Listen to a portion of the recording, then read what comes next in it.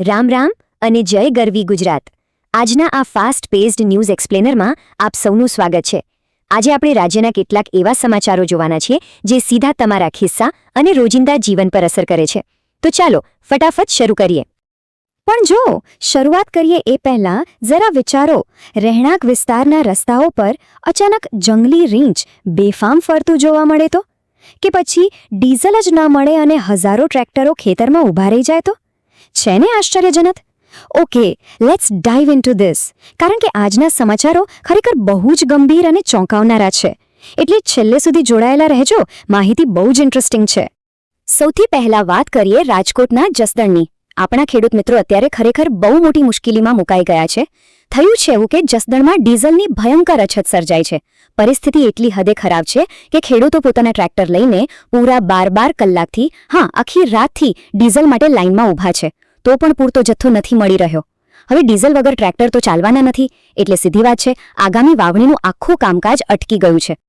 અને ડીઝલની વાત નીકળી જ છે તો જુઓ, અમદાવાદમાં સામાન્ય માણસનું બજેટ ફરી એકવાર ખોરવાયું છે। પેટ્રોલ અને ડીઝલના ભાવમાં મોટો ઉછાળો આવ્યો છે। પેટ્રોલમાં 87 પૈસાનો વધારો થતાં નવો ભાવ 99.07 રૂપિયા થઈ ગયો છે, અને ડીઝલમાં 91 પૈસાના વધારા સાથે નવો ભાવ 94.99 રૂપિયા પર પહોંચી ગયો છે। સૌથી ચિંતાની વાત તો એ છે કે માત્ર 10 જ દિવસમાં આ સતત ત્રીજી વખત ભાવ વધ્યો છે। બાય ધ વે, આગળના મહત્વના સમાચાર જોઈએ એ પહેલા જો તમને આ વિડીયો પસંદ આવી રહ્યો હોય તો આરાધના ગુજરાતી ન્યૂઝ ચેનલને અત્યારે જ લાઇક, શેર અને સબસ્ક્રાઇબ કરી લો। એન્ડ ધીસ બ્રિલિયન્ટલી ઇલિસ્ટ્રેટ્સ કે વન્યજીવો અને માણસો વચ્ચેનું અંતર હવે કેટલું ઘટી ગયું છે। બનાસકાંઠાના અમીરગઢ તાલુકાનું આવલ ગામ, ત્યાં અચાનક એક જંગલી રીંછ ઘૂસી આવ્યું। અત્યારે સોશિયલ મીડિયા પર આ રીંછનો શેરીઓમાં ફરતો વિડીયો ભારે વાયરલ થઈ રહ્યો છે। તમે જ વિચારો, ઘરની બહાર અચાનક રીંછ દેખાય તો શું થાય? લોકોમાં ભારે ફફડાટ અને ભયનો માહોલ ફેલાઈ ગયો હતો। પણ સારી વાત એ રહી કે વન વિભાગને જાણ થતાં જ તેમણે તાત્કાલિક એક્શન લીધા અને રીંછને પકડવાની તજવીજ શરૂ કરી દીધી। હવે થોડાક રાહતના સમાચાર તરફ નજર કરીએ।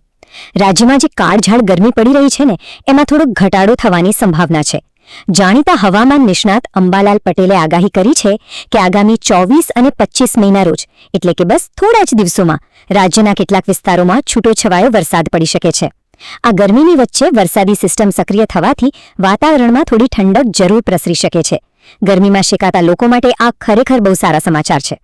સો ધ ક્રુશિયલ પોઈન્ટ ઇઝ કે ગુજરાતના સામાજિક વર્તુળમાં અત્યારે નેતૃત્વને લઈને એક મોટી હિલચાલ જોવા મળી રહી છે। રાજકોટના પ્રતિષ્ઠિત ખોડલધામના ચેરમેન નરેશ પટેલે પોતાની નિવૃત્તિ અંગે બહુ જ સ્પષ્ટ સંકેત આપ્યો છે। એમણે કહ્યું છે કે તેઓ વર્ષ 2027થી આરામ લેવા માંગે છે, કારણ કે એમની પાસે હવે એક એકદમ સક્ષમ અને મજબૂત ટીમ તૈયાર છે।